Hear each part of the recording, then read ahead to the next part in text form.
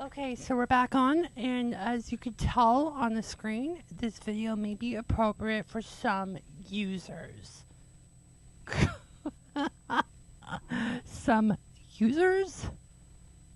I'm a person, I'm a viewer. Thank you very much, YouTube. We need to stop this IT garbage. Alright, so this gal is Andrenna Angela. If that name sounds odd to some people, it's probably because the subject is going to be weird as hell.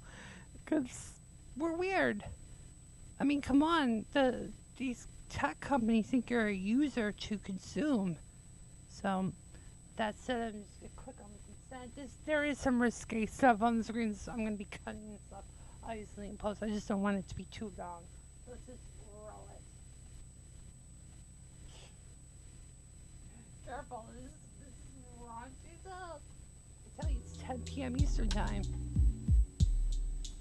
Anything goes here on the show.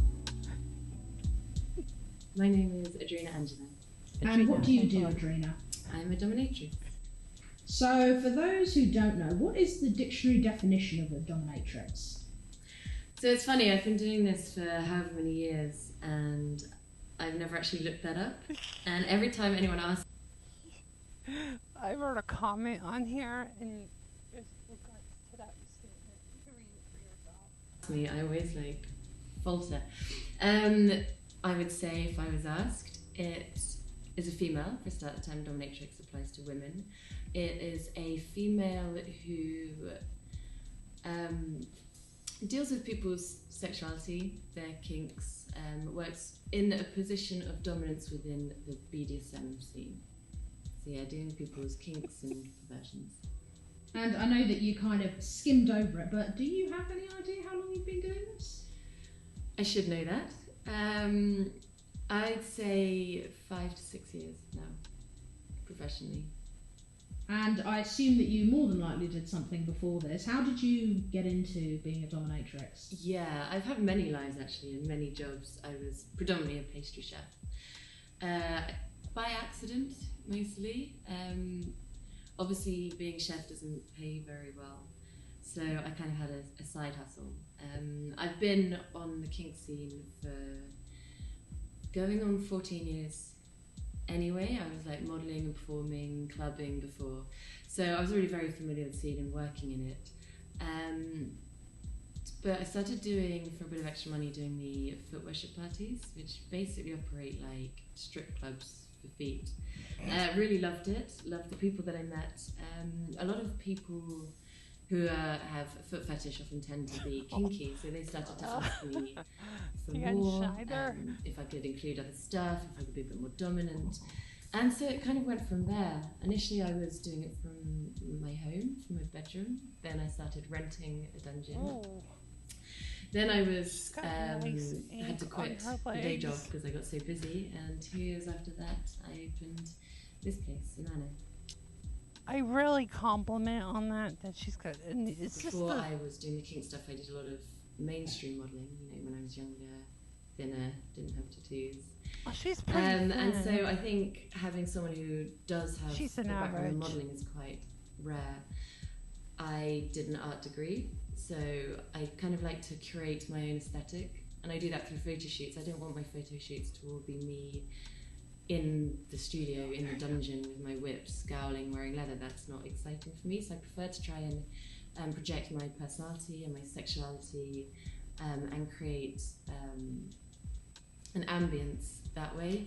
So the aesthetics very important for me, in portraying my personality and the experience that you'd receive here through photography, and the way that I talk and the way I interact with people is important. And I think that kind of really developed my brand, and it's quite different, possibly.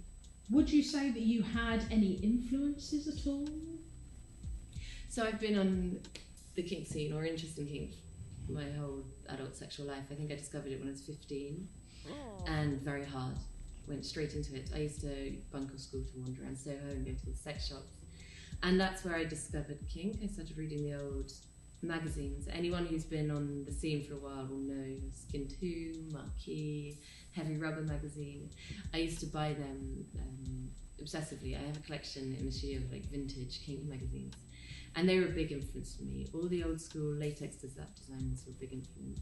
All the old school kink models were a big influence. So Emily Marilyn, Bianca Beauchamp, Musimi Max, they kind of dominated the scene about 10 years ago. And yeah, they were definitely a big influence on me.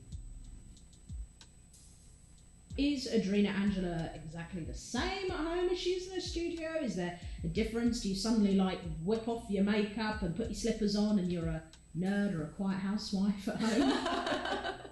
I will definitely never be a housewife. Oh, that's quite hard to answer because I think it's a bit of both.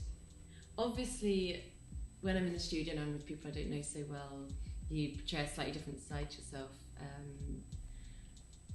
People often say to me, like, obviously you're playing a character or when you're in role, and I don't think that's the case. I don't think I put on a character or assume an identity. It is me. It's always me, and I always want to be authentic to that and to myself. I think it's important when people come to play with me that they're playing with me and they're experiencing me, not a character that I'm putting on.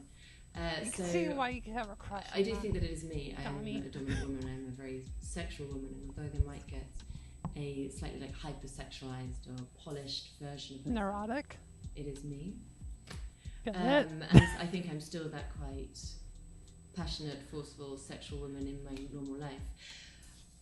There's definitely a lot more sweatpants, particularly post-lockdown. I pretty much live in sweatpants now. So yeah, I think it's really one or the other me. I'm either in leather dresses and stiletto heels, or I'm in sweatpants, no makeup, hair in a knot.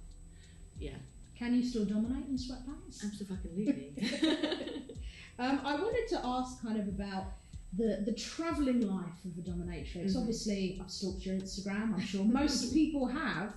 And I see that you go to a lot of really, really nice hotels. You obviously pre-lockdown, you were travelling all over the place. I kind of wanted to know, what's been your favourite city or location? Yeah, I do. I'm very lucky that I do a lot of travel, stay in hotels a lot. It's kind of one of my favourite parts, and I try and do it as much as possible. I have a lot of fun in New York. New York's like my second home. I I'm love there New York 4 or 5 times a year, and just love everything about it. I love the music, I love the food, I love the culture, I love the bars, the people, the BDSM scene there. So that's definitely very close to my heart. Recently I've been doing Amsterdam a lot, and I love Amsterdam. There are some really great hotels there, really great bars there, love the people. In terms of hotels though, actually home, London has my favourites. I like, funnily enough, 5-star hotels, boutique hotels, and London is a great city for that. So I love Claridge's, I love the Savoy, the Beaumont, Rosewood. I do a lot. So not a Premier Inn. Oh my god, that's no. not realistic. That's a hard limit for me.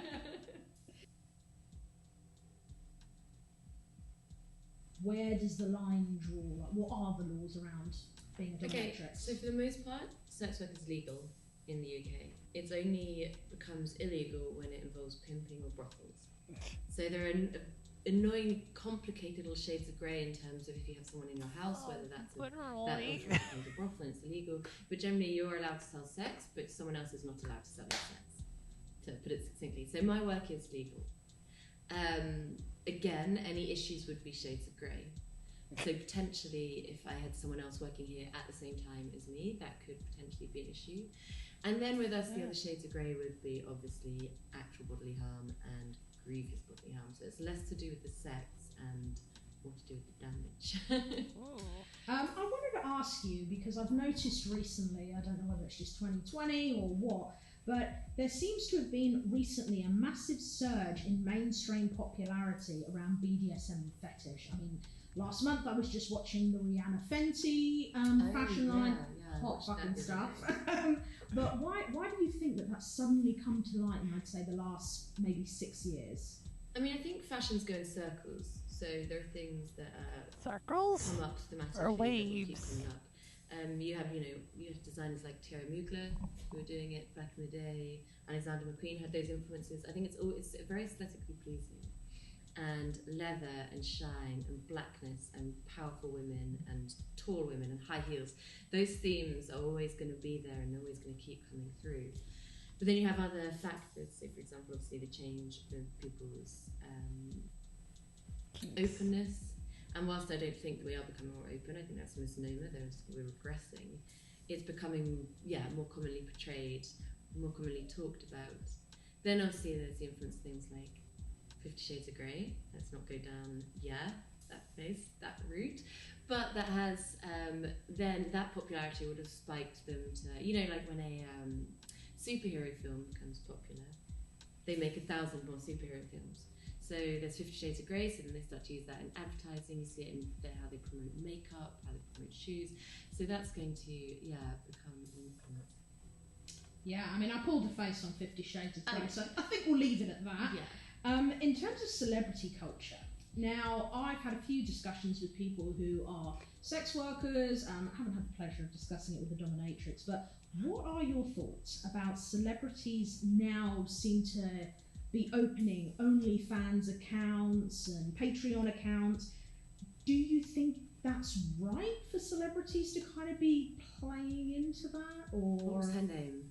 Bella Thorne. Bella Thorne. Yes, I'm speaking explicitly about this. Yeah, thought you might be. Yeah. I mean, what she did was a bit stupid.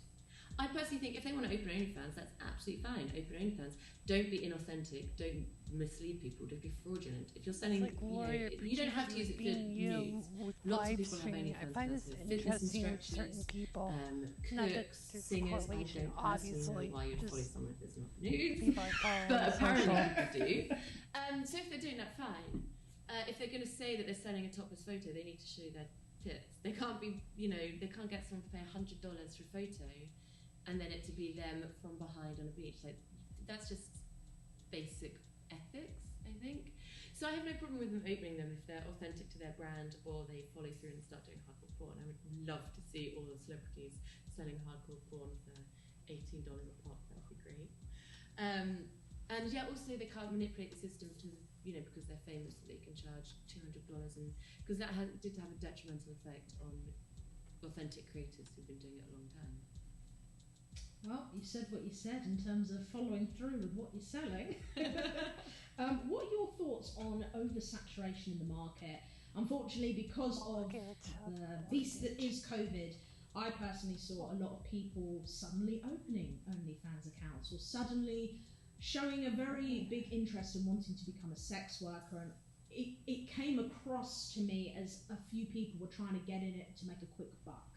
What's your opinion on that? I mean, there was definitely a lot of people joining OnlyFans during lockdown, and I think that's absolutely fine. You do what you need to do to survive, and if people have that as an option, that's really, really great. I think the issue is more for them, like the clue's in the name. It's OnlyFans. If you don't have fans, it's a waste of time. Like, people aren't going to subscribe. If there are, however many million OnlyFans account, why would someone follow yours? If people are showing their bodies on the internet anyway, why would they pay for yours? People pay because they want to see you. So it's fine if they want to do it. I just don't know how much success they're necessarily going to have. But I think, sex work shouldn't be exclusive. It's amazing we're in a time where now sex work could be considered exclusive. And I think if it's generic sex work, it's fine. Obviously, if people jumping on the Dom bandwagon, there are issues there because it's not something you can just decide you're going to do. You have to know, firstly, a lot about health and hygiene, a lot about safety. You have to know a lot about practices. But you also have to know a lot about BDSM and the community, what people are looking for, and how to provide it for them. And just because there's a lockdown and you need money, you can't suddenly assume you can do that. So I think that has more ethics. But yeah, sex work should be open to everyone. So good luck to you, but I can't promise you success via the OnlyFans route. I wanted to ask a little bit more about your clientele, if that's all right. I think, again, a lot of people, when they think of someone who is going to see a sex worker or a dominatrix, they assume that most of the time it's only men. They normally have a misconception of the type of men who go to see sex workers and a dominatrix. Is that true, or do you get couples? Or okay, so yeah, I get everything. Yes, predominantly men. Then it would be couples. then it's men plus escort, and then occasionally you get women. Quite rare. I'm starting to get more, which is nice. But yeah, women are less likely to pay for sex or pay for sexual services. Maybe more timid around it, although women I find aren't generally sexually timid when they do come. So yeah, it is predominantly men, but you do get everything. And there are a lot of stereotypes in terms of what sort of man you get. Generally people assume that it's, you know, a city worker, a slightly older, powerful city worker. I fucking wish it always was. I wish they were all rich. But no, actually I generally would say that there's not a definitive stereotype. If there was, I would say it was male creatives in their mid-30s. Yeah. Creatives tend to be more sexually liberated, more emotionally empathic, more open-minded, so you get a lot of creative industries.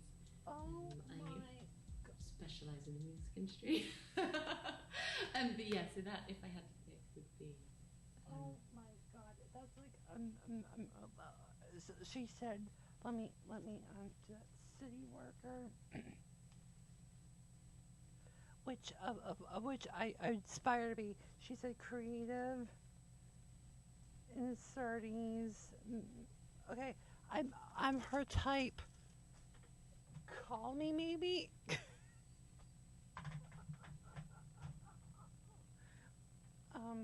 You know, so much for that Jordan Peterson theory. See the diversity you get outside of the traditionalist garbage. This is why you fall for the more leaning into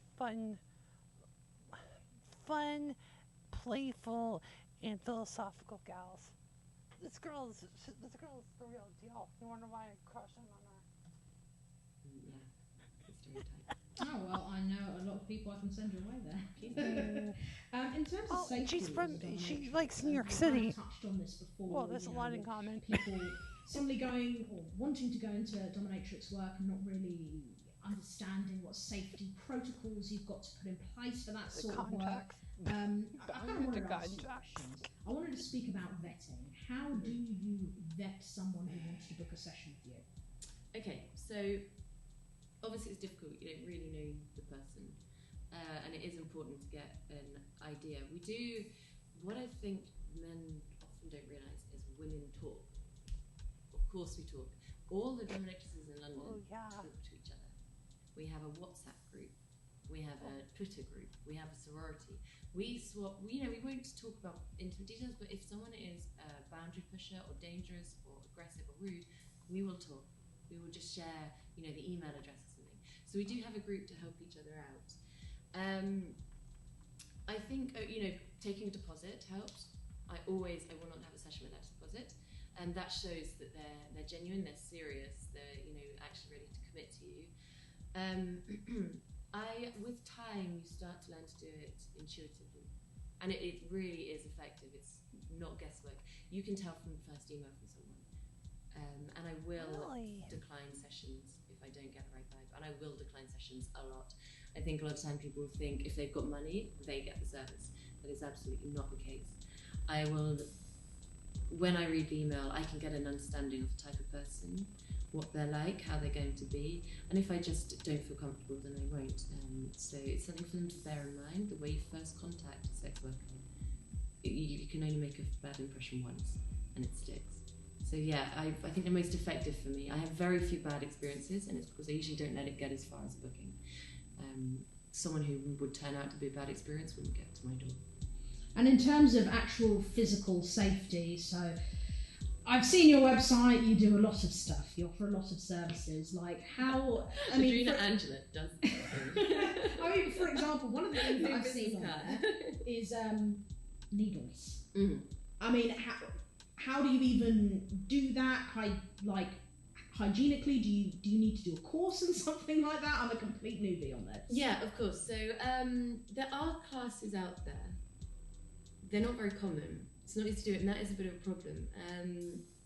Obviously, so for me, being a chef really helped. It taught me so much that it was a transferable. In fact, I was meeting with career diversion who also used to be a pastry chef, and we talked about how much it did for us in terms of transferable skills. Firstly, in terms of standing up for yourself, Exactly. discipline, hard work, but mostly cleanliness and hygiene. It teaches you so much about, contact, the way disease is translated, germs, washing, cleaning, preparing surfaces. It always helps to do a first aid course and just know the basics of first aid, because people will faint, there will be blood, you will need to look after wounds. The best way for me, and the way I learnt needles, and the way I learnt sounding, and the way I learnt electrics, was I got a It's a client kinky who subject. It was makes really you into hit your that, very nerves. experienced in that, and I said to them, I'm not experienced in this. And so I do my initial research, I read about it, I made with needles, I practiced on myself, learned all the safety first, but then I get them in and I get them to teach me because they're experienced. And so you take the time, and you're not trying to give them an experience in it, so therefore guessing. You're actually spending the time with them, and they're kind of tutoring through it until you're comfortable enough to start to do it. I will just make a formal note. Your studio space is impeccably clean. Thank you. It's very Yeah, clean I and think that's- tidy. In terms of struggles and burnout, so I guess you haven't got the normal job where you can take a holiday necessarily, or somebody tells you, hey, it's a bank Vacation. holiday. In fact, I'm sure I've had a conversation with you where you've openly said to me, what even is a bank Oh, holiday? it drives me crazy, the amount of times I get texts from subs being like, hope you're enjoying bank holiday. And it's like, who the fuck do you think's paying for me to take a day off? Bank holidays are, not a thing. It's quite insulting. Very bad. Yeah, definitely. You don't get sick pay, which is worrying. Getting sick is very, like anyone self-employed, it's a bit stressful. So for my mental health, I try and take one day off, one evening, one day. So Saturday night, Sunday is my time. Occasionally, I'll be bold and I'll take 2 days off, but then often by the day I return, I have so much backlog of emails, texts, things to go through that it's actually so stressful, it's probably not worth it. So there's very, very little downtime. But burnout is a real problem, and particularly in the sex industry, where you have to deal with so much emotionally, other people's needs. You do deal with a lot of toxicity and aggression. It's hard to bounce back from burnout once it's happened, and it's not something you can do if you're not in the right mental state. So it's really important to protect yourself from that, because once it's happened, it's hard to undo, and then it's very hard to work. So I am constantly trying to be aware of these things. It's hard, like anyone else running their own business, and this is a business. It's a full-time business. I own premises. Not an enterprise? It's hard to take time off or switch off. It's hard to turn the laptop off. But it was always in my mind to make sure that I don't get to a place where it becomes work. And what is the difference between financial domination and sugar babies? Because I think a lot of people tend to just blur them into one category. Good question, because it's definitely a different thing. Financial domination is very much about the finance, it's quantifiable. Sugaring is more, you're not doing something in exchange for money, they are looking after you. You spend time with them and they help you by giving you money. It's not a defined amount, you're not technically asking for it, it's not an exchange of a direct erotic play. It's less of a BDSM thing and more of a kind of male-female power play in the favour of the man thing, I wanted to speak about some of the parties that I hear that you've thrown in here. So I've seen online, one night. Talk to me. Yeah, one night is a party hosted by myself and Modest Gold, who is the London Vagabond. They are a female-only play party, and female obviously is if you identify as a woman. That's very open. We're not very kind of specific in terms of binary. And then it's a play party, and we made it female-only because the dynamic completely changes when there aren't men involved, and it gives women a safe space to be themselves, not to be threatened, and to explore their sexuality. So we host those here. They've been incredibly popular, very successful, and the most amazing women shark, really strong, bold, beautiful women. Do you think there's enough women-only parties? I mean, personally, I've only ever heard of yours, but... There were a few others. I've attended a few. I think we did it best. And, a few of them no longer exist. And the popularity of ours, I think, suggests that there is a market for it. There is definitely demand. You know, we sell 32 tickets, and we get up to like 300 applications per party. So yeah, there is definitely demand for that. It's good to be catering for it. Dare I ask what makes yours so special? Yeah, I think we don't focus at all. It's democratic. We get people emailing us being like, do I look good enough to attend your party? Here's my photo. We don't give a damn. We have women of all ethnicities, all sizes, all ages, very hairy women, very tattooed women, very skinny women, everything. And it makes for the most amazing mix. All the women who attend are very quite bold, very caring. They look after each other. They're really wonderful women. And yes, it's a first come, first served basis. As long as you're female and you have some way of identifying yourself, you're welcome to attend. So therefore there's no kind of hierarchy. It's not about how good you look. It's not even about sex. We have a lot of people who are nervous to come, so they're like, oh, I'm not Stop there for a moment, 'cause I'm getting on a hard break right now. I know that might be a kinky pun, but no, I gotta get on a hard break, and then I gotta wrap up. I'm running out of time. So with that being said, I'm gonna take a break, close out the show, and then give you some programming and updates of when the weekly zoo will come on later this week to kind of get some people vent out. And love Eleanor will appear that evening. So just stay tuned. We're gonna take a quick break.